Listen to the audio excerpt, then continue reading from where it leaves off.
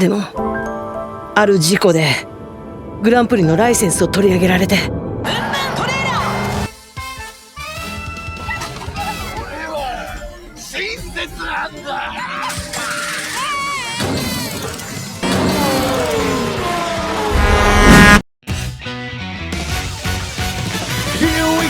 カンセロ仮面ライダーアギトゲット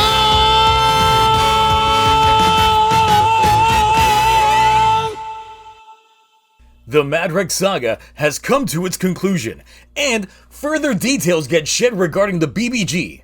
But we also get to learn a little bit more about them BBCs. However, Bundrio does hit up with some much needed lore, so let's get into this week's BoonBoomger.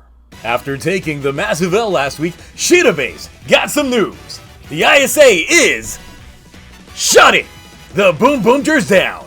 Fired, even before giving them paychecks. So, can they really be let go? Either way, the issue the ISA has is with Taiya's mismanaging of the team for the sake of his BBG. But it turns out that the BBG is actually Bundrio's goal. Turns out that BoonBoom was actually a BBG racer, but shit went down and he lost his license. Somehow. And I guess in his grief crashed to Earth and met Taiya, who took it upon himself to deliver BoonBoom's dream to him. Real talk though, how do you fuck up so bad that your license gets revoked? Even if that's how he crashed to Earth, how'd he get there with no license? Did he take a ship? You'd think he just illegally drove there. Also, each of the BoonBoom cars were actually jointly built by Taiya and BoonBoom. So, there goes my thinking that it was actually being related to the villain in some way. So, you know what, let's just get back to it.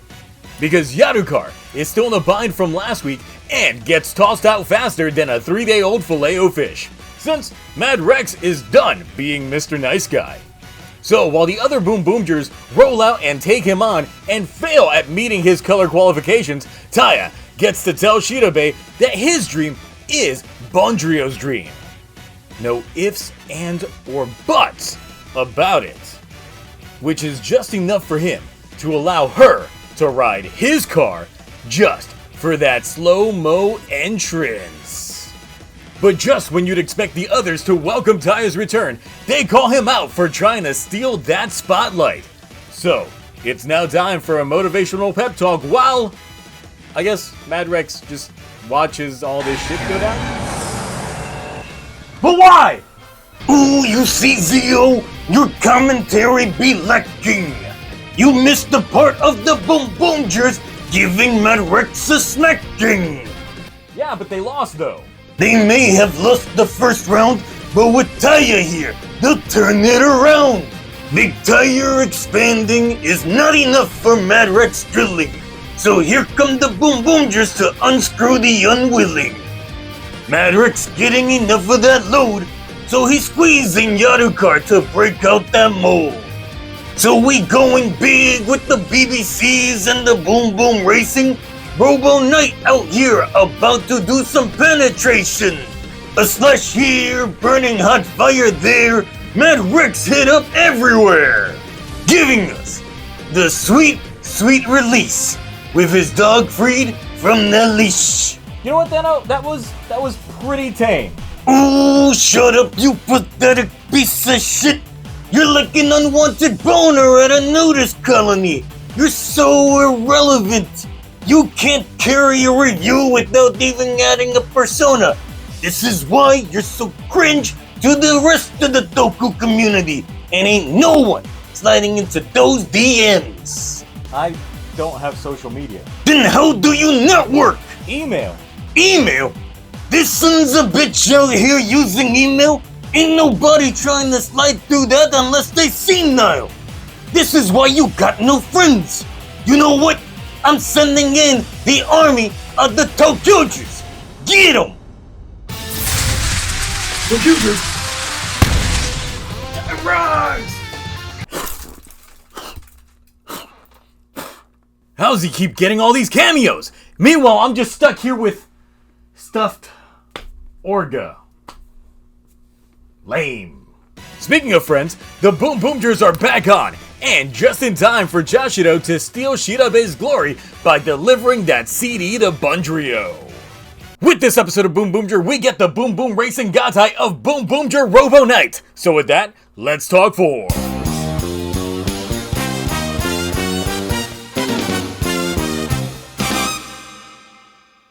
This is definitely my favorite godai of the show thus far. Though he is a knight, it really just gives me Matador vibes. And it's the side cape, and also mixed in with the fact that, Bundrio's name being a reference to Antonio Banderas, even he would probably approve of this.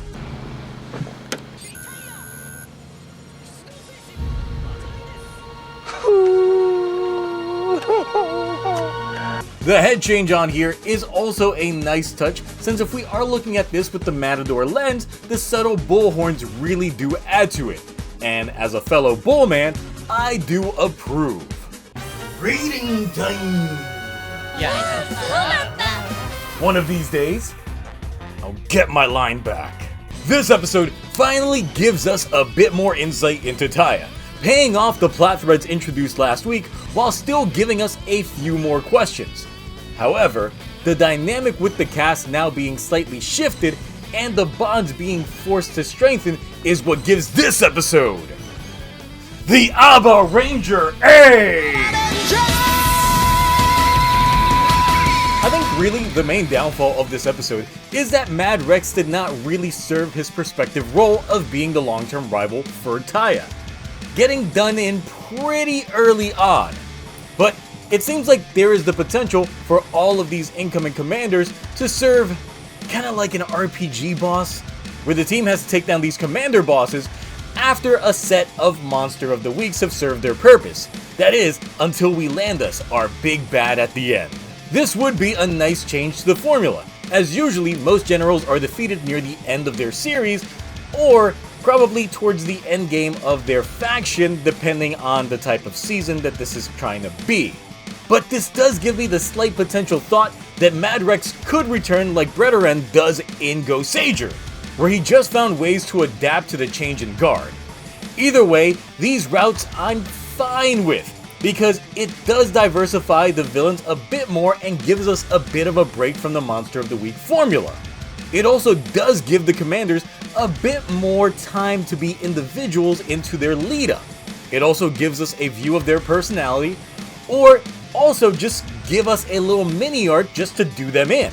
Though I would say that Mad Rex was a little bit weak in the personality or even the story building aspect, but this is something that they could expand on the more this show goes on.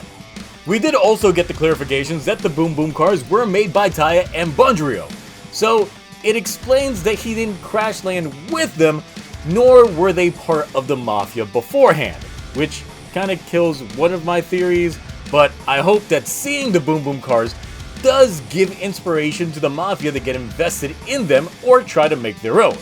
We do know that we are getting a palace swap Boom Boom, but the question is, will he be artificially created or just of the same planet as him?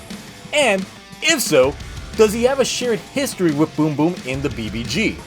But for real though, what kind of accident just gets your license revoked? And just that, just your license revoked. Also, did he just go onto a depression bender in space and get drunk off curry juice and make his way to Earth? We're probably not gonna get that explainer. But watch them give it to us. But on that side note, how about Taiya's fit during the flashback? Already had that racing crew vibes, and I did see a picture floating around of the whole cast rocking some matching suits, which, you know what, I'm all for the team uniforms as part of their civilian fit again. It's been a few years. Really, over the course of these episodes, and here especially, we see Shirabe's entire demeanor change as a character. She was reluctant to shut down the team and really had a sense of joy to them forming back up at the end. And the team, now having heard Taiya's case, is with him, but not in a behind kind of way. They really want that equal billing. At least, that's the vibes I got from Mira and Joe now. This is honestly great to see in terms of how the evolution of the team is going. It just depends whether or not they can follow through with it as the show progresses. They luckily didn't give us full Rainbow Road action this week, and that is a good thing.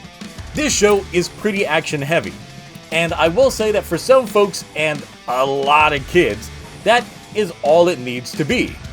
They don't have to pad out the runtime with story and just stick to nice choreography without trying to trip over its own lore. If they just stick with doing that, the show will be just fine. Maybe not a full standout at the end of the day, but good nonetheless. But we are still early on, so there's a lot that they can change.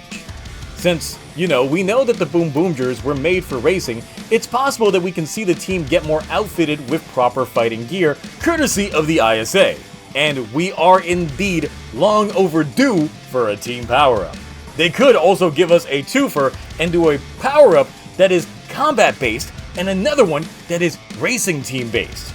Because the first thing that came to my mind was, what if the BoonBoomgers unzipped the front of that jacket thing and just revealed that they had cool shirts underneath? Now that wouldn't exactly be a power-up, but you can't tell me that's not a cool-ass idea. Though, as we approach the early teens in episode count, the rampant speculation regarding the next member will just be wild, and I know it's probably already wild in the online circles. And the other big question is, who will they be? Do we already know them? Is it Shirabe, or will it be a brand new person? Will they have some sort of correlation or come from the ISA? Or are they their own ranger that made their own stuff? Or is it indeed an evil ranger? Either way, those are my thoughts. What are yours? What did you think about this week's BoonBoomger? The Madre's downfall, the Yadukar squeeze, and Taiya's delivery of that dream. Anyway, that's it for me. See you next time, and I will catch you real boom.